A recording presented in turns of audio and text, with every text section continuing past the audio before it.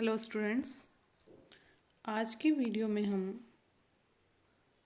Type of crystal कितने प्रकार के होते हैं और साथ ही उन क्रिस्टल में कितने प्रकार के डिफेक्ट्स पाए जाते हैं उनकी स्टडी करेंगे। तो हम सबसे पहले बात करते हैं टाइप ऑफ क्रिस्टल की। Solid crystals classified into 4 types. ठोस क्रिस्टलों को 4 प्रकार की कैटेगरी में डिवाइड किया गया है। सबसे पहले है molecular crystals, covalent crystals, ionic crystals and metallic crystals. जैसा कि इनके नाम से ही पता चल रहा है कि जो मोलिकुलर क्रिस्टल्स हैं उनकी जो कंस्टिट्यूटिंग यूनिट है वो होगी मॉलिक्यूल। मॉलिक्यूल से मिलकर जब कोई क्रिस्टल बनता है तो उसको बोलते हैं मॉलिकुलर क्रिस्टल्स या आणविक क्रिस्टल।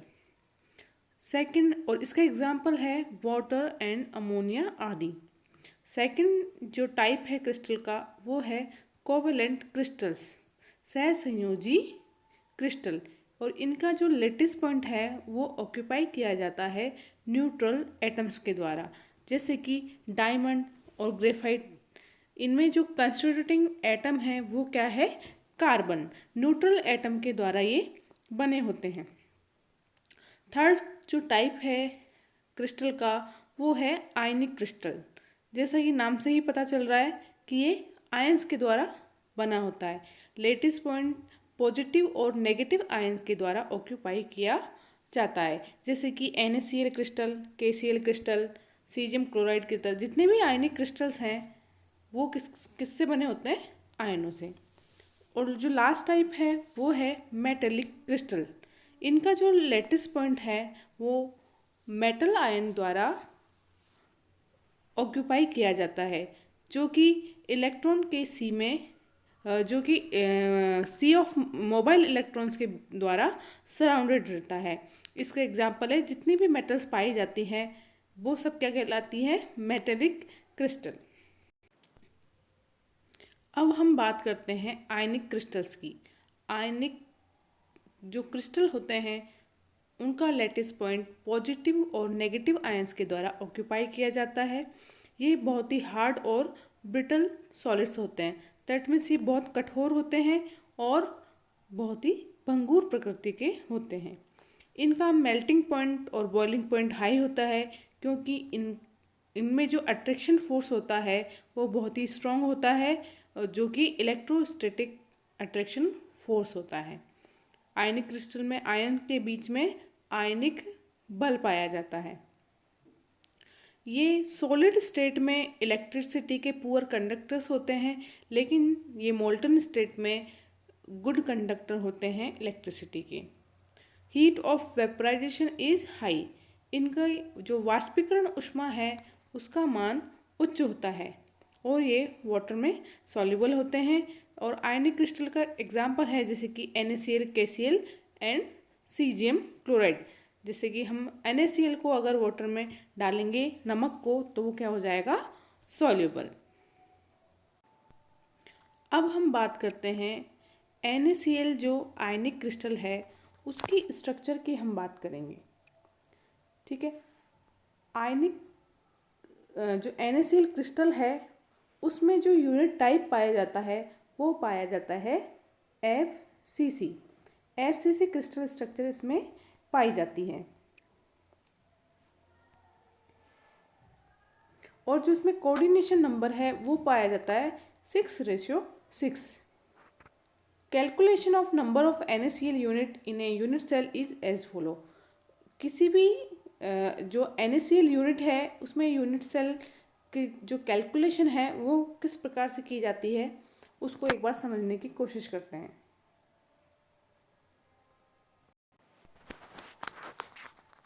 सबसे पहले तो ये समझते हैं कि जो कोऑर्डिनेशन नंबर 6:6 है उसका मतलब क्या है, कि एक सोडियम आयन 6 क्लोरीन आयन से घिरा होता है और एक क्लोरीन आयन 6 सोडियम आयन से घिरा होता है। अब बात करते हैं हम यूनिट सेल किस प्रकार से काउंट करते हैं। तो जैसा कि आपको ऑलरेडी बता चुके हैं कि इसमें FCC क्रिस्टल टाइप पाया जाता है, फेस सेंटर्ड क्यूबिक। ठीक है, तो यहाँ पर जो क्लोरीन एटम है वो क्या कहाँ पाए जाते हैं? कॉर्नर्स पर। यहाँ पर आपको गलत शो किया गया है। जो रेड डॉट से यहाँ पर आपको शो किया गया है वो है क्लोरीन आयन, और जो ब्लू डॉट से शो किया गया है वो क्या है? Sodium ion.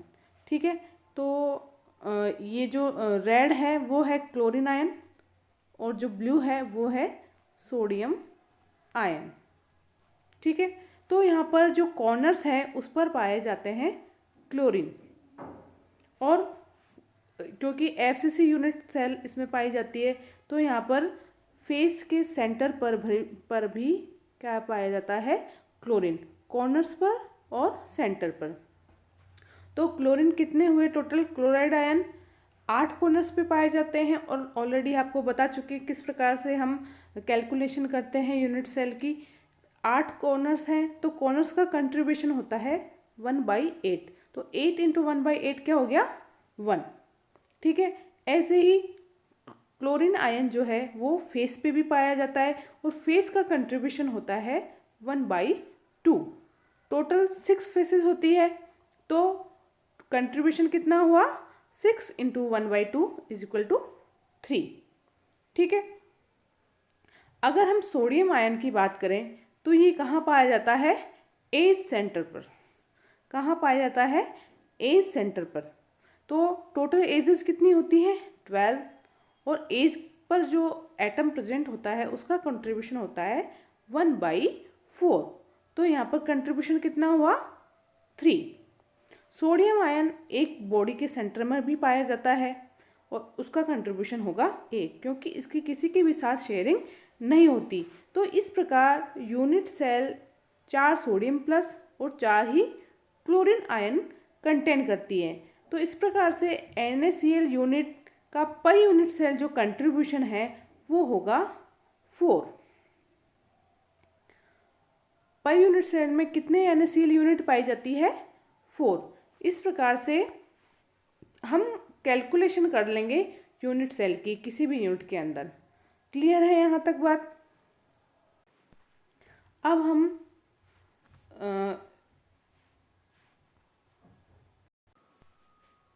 सीजियम क्रिस्टल की बात करेंगे। सीजियम जो क्रिस्टल सेल है, यूनिट सेल है, उसमें BCC टाइप ऑफ क्रिस्टल पाया जाता है, बॉडी सेंटर्ड क्यूबिक। BCC में हमें पता है कि एक जो एटम है वो कहाँ पाया जाता है? बॉडी के सेंटर में। ठीक है, और यहाँ पर जो कोऑर्डिनेशन नंबर होता है वो 8:8 होता है। एक आयन दूसरे 8 आयन के द्वारा घिरा होता है। जैसे हम यहाँ पर क्लोरीन की बात करें, क्लोरीन जो कि बॉडी सेंटर में पाया जाता है, वो जो कॉर्नर्स के 8 सीजियम आयन हैं उनके द्वारा घिरा हुआ है। उसी प्रकार से अगर हम एक कॉर्नर वाले सीजियम आयन को लें तो ये भी सराउंडिंग जो बॉडी सेंटर के 8 क्लोराइड आयन हैं उनके द्वारा घिरा होगा। इस प्रकार से यहाँ पर जो कोऑर्डिनेशन नंबर है वो क्या होगा? 8:8। ठीक है, अब हम बात करते हैं calculation of number of caesium chloride unit in a unit cell. तो जिस प्रकार से हमने NaCl के लिए यूनिट सेल कैलकुलेट की थी उसी प्रकार से हम यहाँ पर भी कैलकुलेट कर लेंगे। क्लोराइड आयन कहाँ पर प्रेजेंट है? कॉर्नर्स में, और कॉर्नर्स का कंट्रीब्यूशन होता है 1/8। तो क्लोराइड आयन की संख्या कितनी हुई? 8 into 1/8 is equal to 1। Caesium ion की करेंगे तो क्योंकि ये बॉडी सेंटर में पाया जाता है उसका कोई भी कंट्रीब्यूशन नहीं होता है निकटवर्ती यूनिट सेल से, तो यहाँ पर इसका कंट्रीब्यूशन हो जाएगा 1। तो एक ही सीजियम आयन है और एक ही Cl- आयन है, तो ये दोनों मिलकर एक सीजियम क्लोराइड यूनिट का फॉर्मेशन करेंगे। तो यहाँ पर सीजियम क्लोराइड यूनिट कितनी होगी पर यूनिट सेल? वो होगी 1। ठीक है, तो इस प्रकार से हम क्या कर लेंगे इसकी कैलकुलेशन यूनिट सेल की। अब हम बात करते हैं defects in crystal.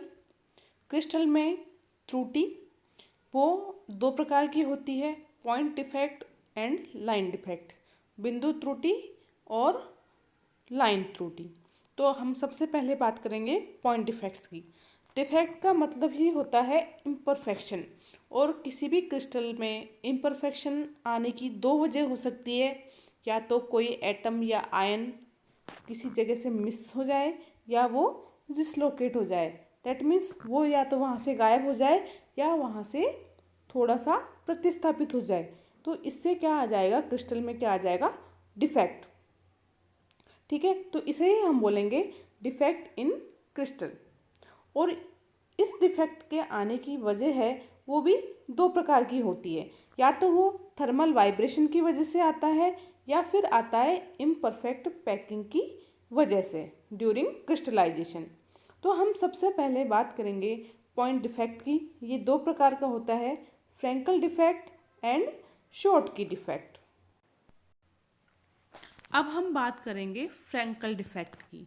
Frankel defect को हम फ्रैंकल पेयर और फ्रैंकल डिसऑर्डर के नाम से भी जानते हैं। फ्रैंकल डिफेक्ट को हम सीधे शब्दों में समझने की कोशिश करें तो फ्रैंकल के एफ से हम याद रखेंगे फिसलना। किसी भी आयन का अपनी जगह से फिसल कर दूसरी जगह पर शिफ्ट हो जाना क्या कहलाता है, फ्रैंकल डिफेक्ट। अब इसे हम परिभाषा के तौर पे समझेंगे तो क्या होता है, the defect forms when an atom or smaller ion leaves it place in the lattice creating a vacancy and become an interstitial by lodging in a nearby location. तो हम इसको इस प्रकार से समझते हैं कि सबसे पहली बात तो ये उन्हीं क्रिस्टल में पाया जाता है जिनमें आयंस की साइज क्या होती है, स्मॉल। सेकंड चीज़, कोई भी आयनिक क्रिस्टल दो प्रकार के आयनों से बना होता है। जैसे कि हम यहाँ पर बात करें AgBr की, तो ये एक Ag+ और एक Br- यूनिट से बना होता है। तो यहाँ पर आयनिक क्रिस्टल शो किया गया है आपको Ag+ और Br-। तो यहाँ पर एक पर्टिकुलर पॉइंट पे, इसीलिए इस डिफेक्ट को क्या कहा जाता है, पॉइंट डिफेक्ट। तो पर्टिकुलर पॉइंट पर जहाँ पर Ag+ प्रेजेंट था वो थोड़ा सा फिसल के एक होल का, या जिसे हम वैकेंसी कह सकते हैं, वैकेंसी क्रिएट कर देता है और इंटरस्टिशियल स्पेस में अपने आप को लोकेट कर लेता है। तो इस डिफेक्ट को हम कहते हैं फ्रैंकल डिफेक्ट। क्लियर है?